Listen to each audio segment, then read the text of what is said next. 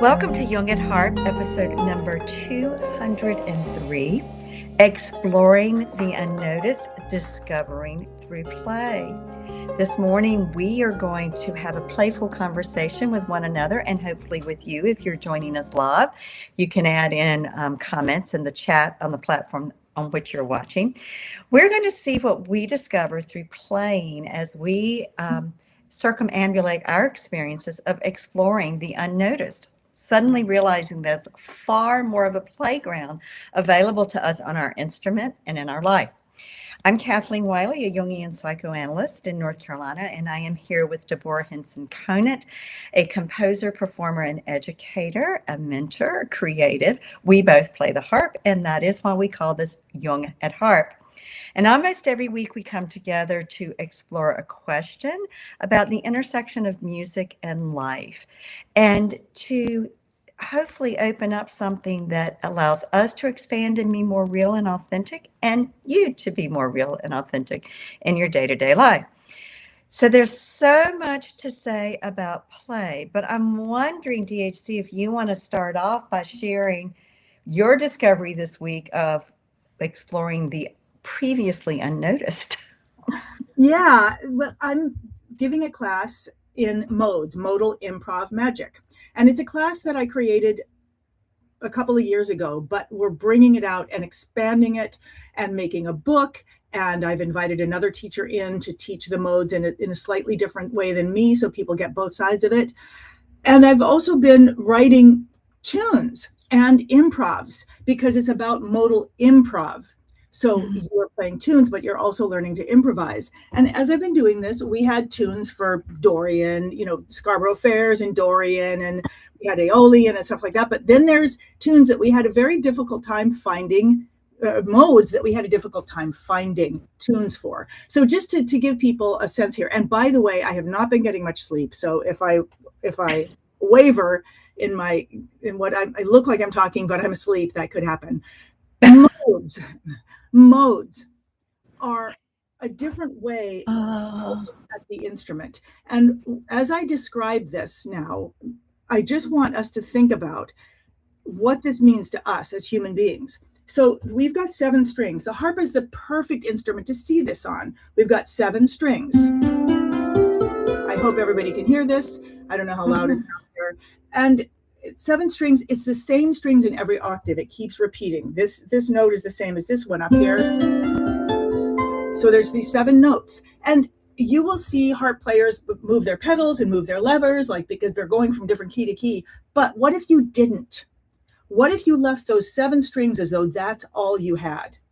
But you started looking at the strings from a different lens. So we are used to looking at music, and we're used to hearing this, like a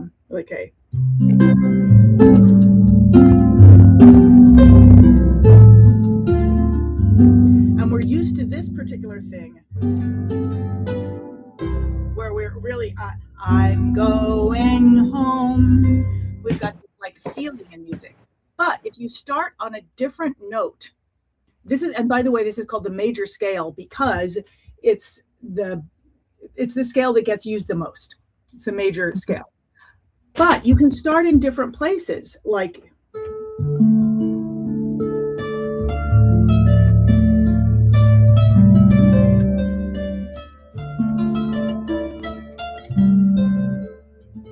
I'm in the Dorian mode.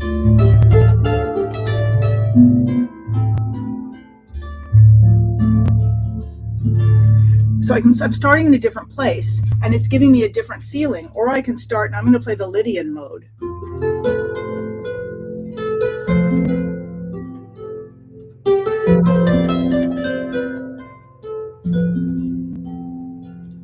It just has to do with where I'm starting. What I'm declaring is my home. So anyway, this class is all about this, and the class is about improvising, and a lot of harpists will use modes for therapeutic music, but it's also used in jazz.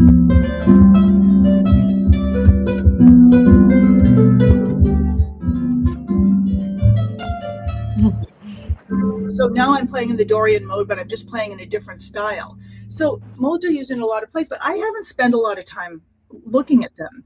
But as I've been exploring them, one of the biggest things that's I was working on a Lydian tune last night.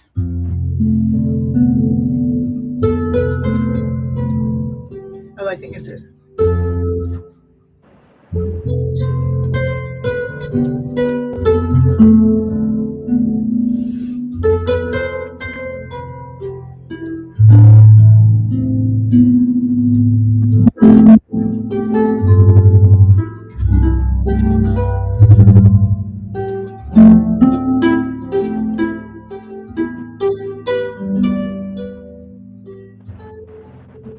Now I'm back home, but it's a different way of getting home. It just feels like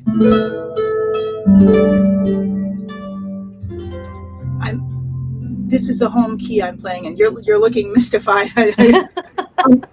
So the thing is, and maybe this is one of those things that's like it has to do with playing. I mean, I've never done this, but I began discovering that this progression, as if and now we're home, it just started taking on these characteristics to me that I realized, oh, I'm really used to going home, going home, going home, going home, going home, home, home, home, home. And that is like, that's been imposed. By the way, I'm hearing some strange background noise. I don't know where it's coming from. Are you hearing it It is too? pouring down rain here, and it's possible my microphone is picking that up. I can mute myself for a minute and see if it's there. It's when you're talking, it's not there, but when you're not talking, it's there. So I just muted myself. I'm going to mute myself the microphone and see if it's there. Okay. Nope. Yeah, can you just make it stop raining? That's not in my skill set yet. Okay. All right. I'll let you know. Above my pay grade, I guess. Right. So what I've been getting is that the idea of what home should be like, as imposed through music, this is what I've been getting on an emotional level. The idea of what home should be like: stable, certain, not ambiguous or ambivalent, which to me this is.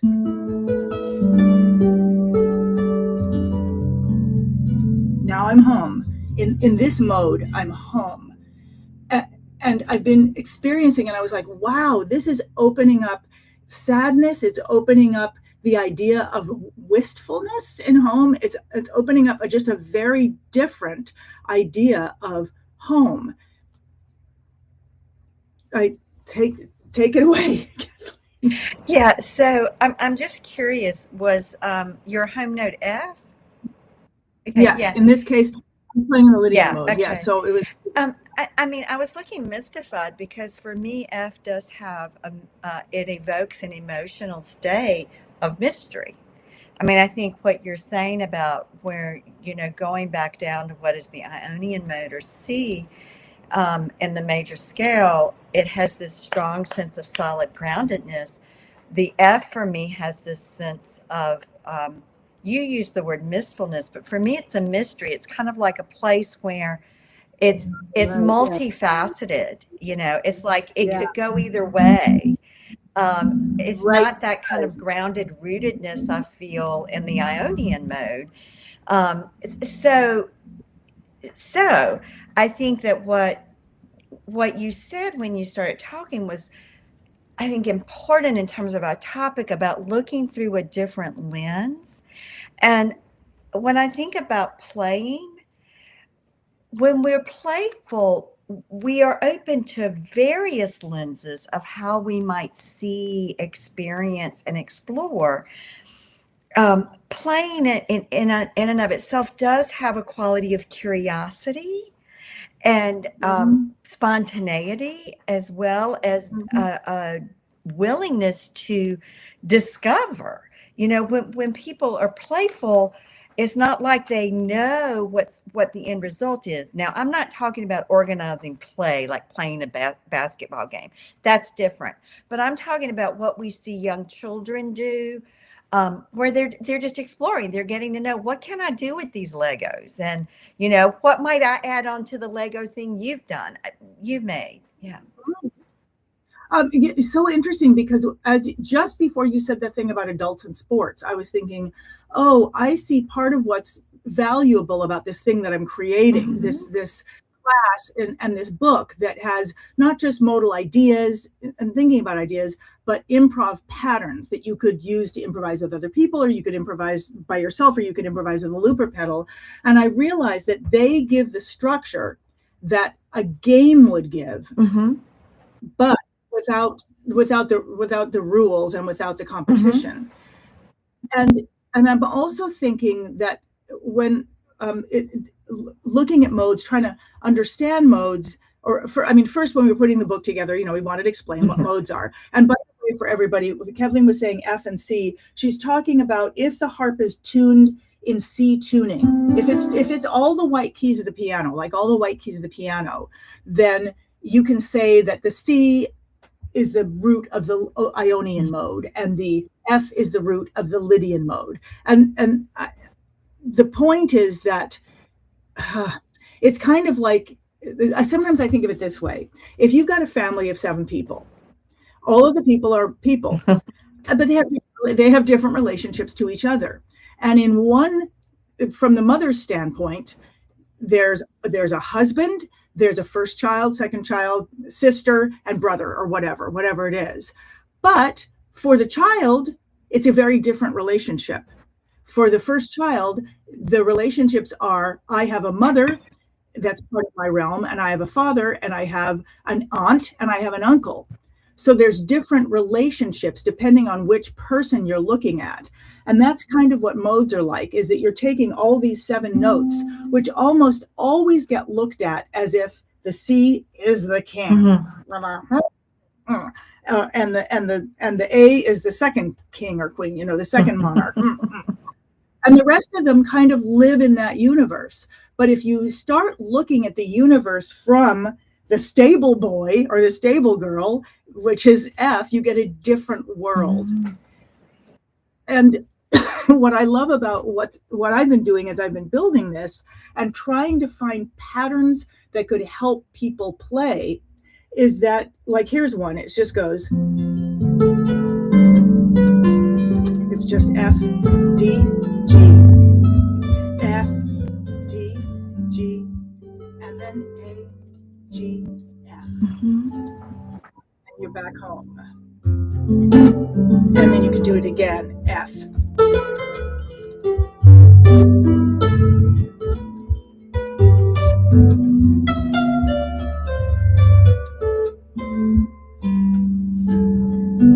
And then you're back in this mode. And all I can say is that I have not been hearing these progressions through my life. I've been hearing those places as places not to land, places from which to go back to see the other home, and exploring them and experiencing them as a place in themselves. Whatever the theory of modes is, but experiencing them as a place in themselves is opening up something in me about experiencing different parts of myself, or different lenses through which I can look at the world, or looking through, is that a better representation of my childhood than the Ionian mode or the major scale? My life, Lydian, has it been like? And I don't. What does that mean? I don't know. Here, I'll pull up. So, Victoria, play is the gateway to possibilities. It gives us permission to explore without judgment. Yeah, and this is a whole area, the whole modal landscape. This is the thing that blows my mind. It's always been there. It's actually less complex than modulation and jazz. I mean, you can be jazzy in it, but it's less complex than changing keys. It's like you forgot about the field that was in the backyard or something like that. And suddenly one day you realize there's mushrooms in it and there's deer in it. And there's like, it's really a magical feeling. Mm-hmm. Yeah. Well, I think what we're also talking about from a body, mind, life point of view is, can we be comfortable having a range of emotional experiences or felt sense? So like, you're feeling that, my feeling the mystical, you're feeling that kind of, again, swirly. I think of it as that's kind of swirly that's there. Can that be okay and valid alongside with feeling this kind of solid, rock solid, rooted, grounded? And most of us have been socialized to not think it's okay to have what to me are transitional states that are very much a part of the life experience and the journey towards wholeness. So part of what is important about the playful attitude, even with our own emotional states, is, as Victoria says, if we can be playful, we can explore it without judgment. We can open to see, what does it have to offer? Where does it want to take us? What does it constellate in us? I just want to go back to one thing you said, and then I want to pull up the second thing you said. I was really taken by when you said, can you be, or maybe you didn't, can you be whole and complete in a different mode, in a different state? That was the thing, is that my ear was like wanting to go back to the known, wanting to go back. But at a moment it shifted and I began to see something different. I began to feel, be able to inhabit a different place as complete and whole, and a place to land. I'll pull up phrasing. In a modal workshop I attended, we were introduced to the different modes and asked to describe moods that they invoke. Some are more grounding, some are more mysterious. I love the magic of modes. Yeah, and I'm trying to figure out whether these are just Western modes. We're not even talking about, I'm sure, throughout the world. And we're just talking about our seven notes that we have come to accept as this, whatever. Sorry, now my brain is all on like all the other modes in the world. But I want to say something else that I discovered. And I'll thank you, Victoria. One of the things somebody wrote to me, I did a workshop yesterday on the modes, introducing them through a specific pattern that helped you kind of hear all of them. And somebody wrote afterwards, and she said, because we were talking about a mode, there's going to be two exotic modes in the class. I mean, there's the normal exotic modes and then two exotic modes. And one of the exotic modes is the Phrygian dominant. You know, it's the one that I use for Baroque flamenco. And it's sometimes called the gypsy mode. And it's used for Hava Nagila, whatever, it's that. But it's also the harmonic minor. Those notes are the same as the harmonic minor. And somebody wrote to me and said, well, how can you tell the difference between whether it's Phrygian dominant and whether it's harmonic minor? Oh. And I was like, let's go Mr. Internet. And so I went to Mr. Internet and I got an answer that made no sense at all. But eventually the answer that I got was, there's no difference in the notes. What's different is where you land at the end. So Hava Nagila is a very interesting, because the whole thing is in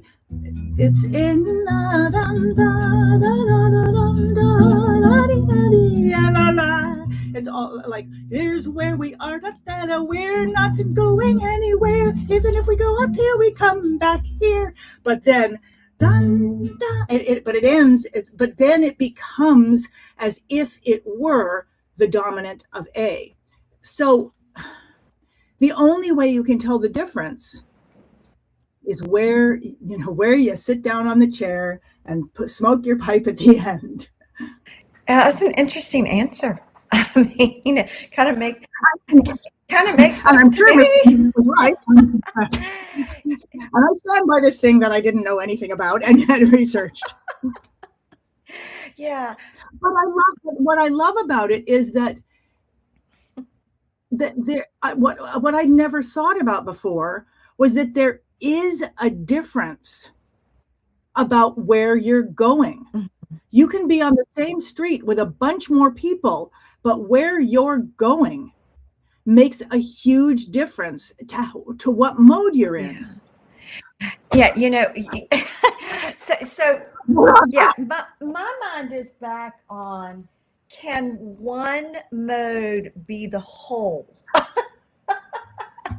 So this is where I'm stuck. I'm not stuck. This, Okay, this this well, is where I'm playing internally. And so part of what I'm thinking about, Jung says that psyche is a multiplicity of parts, that our psyche is a multiplicity of parts. And he postulates the theory of the self with a capital S as an the archetypal state of unity. So that there is an innate drive within the human psyche, which is a multiplicity of parts, for a unity where all of those parts has a place. And so at this okay, so part of what I'm thinking is, for me, there are times where I sit down at the harp to just express myself of the day, and to have an outlet for all of what I have held with people that I sit with. And what I find is I usually end up playing, whether we say I'm playing out of the Phrygian mode, or I'm playing starting from, E or F or whatever. Anyway, whatever I'm doing. Lydian's the fourth. Okay. But I often find I'm starting out with one of those states, whether it's one of those modes, that is a little less grounded, is a little more swirly. That's how I feel. A little more swirly, maybe a little more chaotic. And that can be very satisfying and feel like it's a completion of that state that I'm in at the harp at that moment. And I can just leave it. And that's enough. And then there are other times where I express that.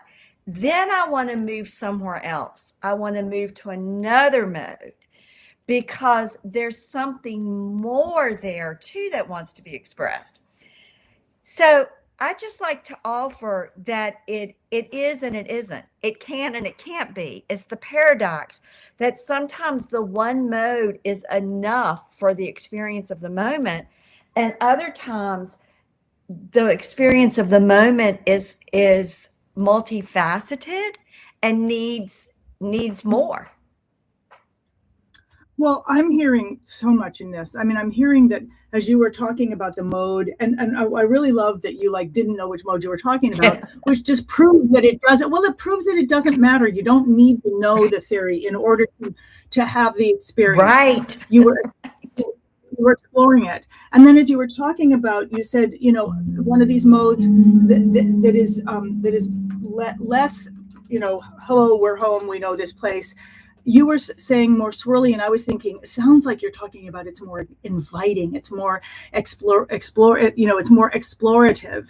And then I was really struck because when you were talking about complete and you were talking about the psyche, and I was thinking, well, what's so interesting about modes on the harp is that you're using the same notes. It's like you're bringing in something different. You're using exactly the same stuff, the stuff, but in a different, and it's not even in a different order. It's kind of like in a different, it's almost like, am I the moon, or am I the sun, or am I the earth? Each of us have a different gravitational field. It's weaker or stronger, but each of us have that. So that's what I was thinking about. And then I was like, I know what's complete. I know The harp, it has all of them. It honestly, as a playground for modes, there is no other instrument. The white keys of the piano, yes, that will give you the same kind of playfulness. But then the question that came out to me is, in terms of completion, are we saying it is complete, or are we saying I am complete? So the harp is a complete playground for this especially it's an especially resonant playground for this kind of exploration of music. And you're talking about, when am I complete, which is such a beautiful question.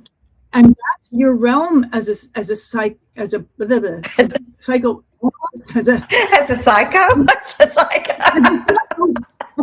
something you are. That's your realm. I mean, I was talking to one of my coaches about what is complete. We were talking about at what point is a conversation complete, like especially if there's been some issue in it. And she said it has nothing. If you're having a completion conversation with somebody, it has nothing to do with you. Are they complete? If you go to apologize to somebody, do they feel complete with that? That's what it means to be complete. So I might disagree with that, by the way, but we could argue both sides. Okay, well, what I like about it in terms of what you were saying is that you were going to the instrument to get some kind of, I don't know what I'm making this thing, and I don't know what it is. It's this big things are to be met or contained in my experience. Somehow unlocked so that it acknowledges it acknowledges what you're experiencing. And I think that's what was happening to me when I was discovering this cadence that I never think about. Discovering that just emotional, that as a possibility for completeness and arrival is just so different than everything I've grown up with. And it implies that a lot more is okay about me and about life than I may have experienced up to here. Yes, I love that. Yeah. Because those swirly states, those mystical states, those kind of a little bit unformed states, those states that might fly a little more instead of being grounded, are absolutely a part of the human experience that we need. It is a part of the journey to becoming whole, to embodying all of who we are. I'm kind of getting scared right now. I just suddenly, as you were speaking, I was like, what if I never come down? What if I start writing music and it always ends like that? I think it's okay. Let's bring Victoria back in. To go to the topics of curiosity, what I'm hearing is that you were curious about modes and you explored them by playing with them. And now you're sharing that curiosity with others. That play not only led to exploration, but also connection. Wait, how are we? Oh, there's more here. Connection. That play not only lead to exploration, but also connection. That to be is why play is so powerful. And this, I am getting so much more out of this because I'm now building the playground for others. That's having a huge impact on me. And the questions that people ask, and then trying to put it into a book, and then going back and try to explain. It's such an interesting process, and it's so interesting to do with others, with Gustavo, who's my partner in doing this. I mean, officially the copyist, but not. I mean, he's there.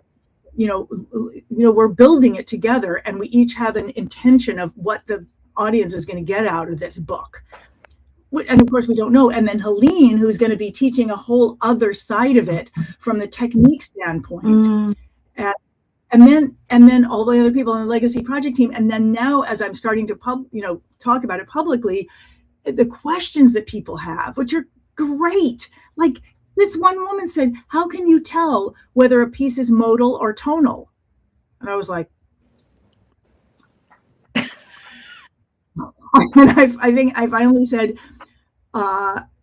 I think if it says modal or tonal, I don't know. Yeah. I mean, somebody probably knows that. And she wasn't asking like, how can I go back to school and figure out, but she wanted to know simply, which is such a great question.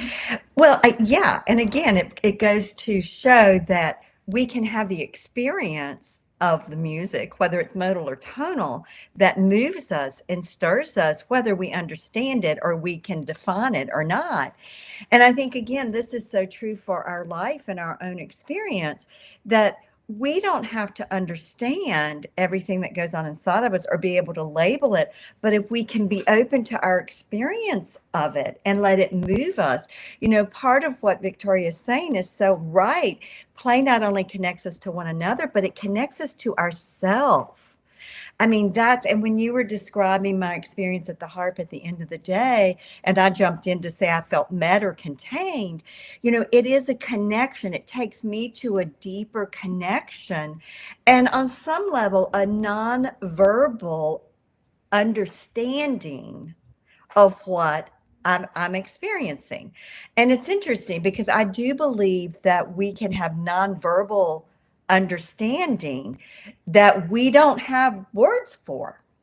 And I think music is a language that expresses that in its own way. And so sometimes I don't have words to write what it is that I feel stirring, but the music becomes a language, an expression, a way of meeting myself. That is very powerful. And that ultimately is the gift of play in all areas of our life, is we meet ourselves and we realize there's so much more to who we are, and it's all okay. It all has a place. We were talking ahead of time about play, and we were talking about how play has been sort of institutionalized in music to mean that you're playing a specific piece.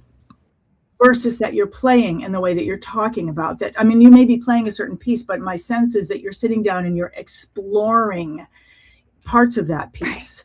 And I feel like part of what I'm doing now with this class and for myself is making a space between written music, which we kind of now feel we have to have, which is something structural. So like, hey, I'm playing this, and then the improv that opens that up. And saying that now, I'm realizing, oh, Deborah, you're just describing the jazz experience, meaning standard jazz is built on one principle. There's an unbelievably rich, of course, but the structural principle is, here's a tune. At the bottom of that tune is a harmonic progression. You have that tune. All you need to know is that tune and its harmonic progression. And then you throw the tune away and you improvise on that harmonic progression over and over and over and over and over. If you hear a jazz, this is what standard jazz does, not free jazz, but standard jazz. And it was amazing to me when I first came to jazz. I was like, wait, you're doing the same thing all the time. Because I came as a composer. So I was like, well, you're going to want to change the form. But the beauty, one of the beauties of jazz is you don't change the form. By not changing the form, you get to really play on play, because the structure is there. So, but those structures are a little too complex for people who are not out to play jazz. And so part of what I'm doing in this is trying to find, well, what are structures that will unlock the improvisational impulse and in people who are not playing jazz. Like, for example, this is a Lydian little thing, like you.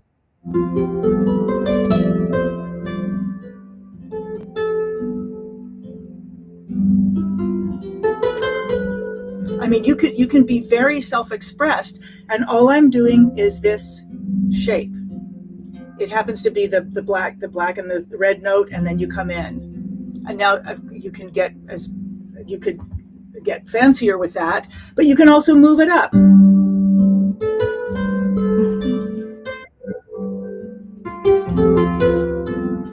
And so someone with no jazz harmonic knowledge and without lots of chops can use that idea to unlock a pretty extensive improvisation, I think. I mean, I don't know.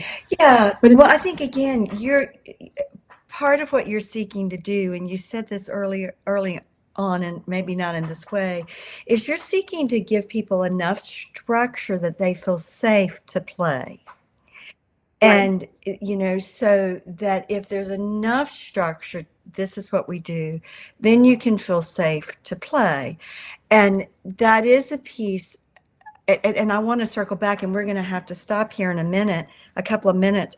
But when you talk about in jazz, the harmonic progression, and if you know the harmonic progression, I think it's really important we know our own harmonic progression, because I do believe each of our psyches has its own harmonic progression. And that part of being able to live a beautiful life, whatever that looks like for oneself, is being able to align with or harmonize with one's own inner harmony. And that when we harmonize with our own inner states, then each of those modes has a place. And we begin to understand the inner relationship and what's needed when and how things are interconnected. So I just would like to leave us with an invitation that to this week, I invite you to pay more attention to what is your own harmonic progression.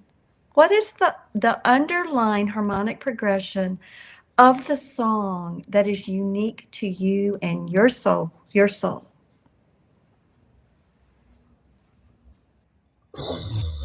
Well, I would love to talk about that next week if we're both here. Absolutely. Yeah, beautiful.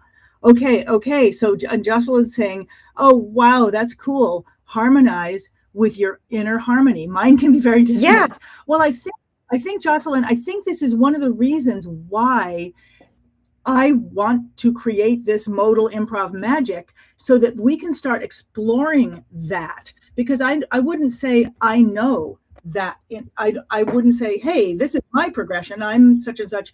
But I think by having things to explore, I'm starting to discover, where do I love to land? Yeah. And how can I do that more? So I love that. So whatever Kathleen said, and then I'm going to say, because I think that's I could only aspire to what you're talking about, no progression, but I can say that even find little snippets, I call them snippets, that can give you a sense of momentary exploration of that chord progression. Yeah. Beautiful. Yeah. Okay. All right. And if anybody's asking, well, where can I get that? Just go to hipharp.com. And you'll see up in the hello bar, it'll tell you how to get to modal improv magic. And if you want to be doing that with your body, Kathleen, how do they go to?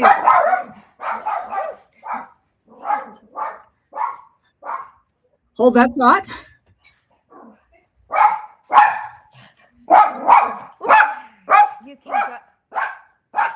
You know what? I think it's innerdivinespirit.com. Am I right? Okay, great.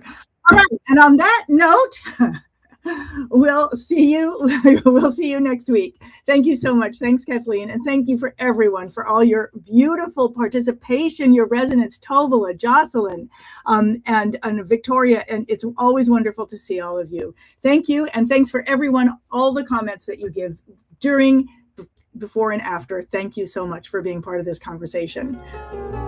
See you next week. Visit jungatharp.com for show notes, contact links, and to follow the ongoing conversation. That's Jung, as in Carl Jung, the famous psychoanalyst, and harp, as in the many-stringed instrument.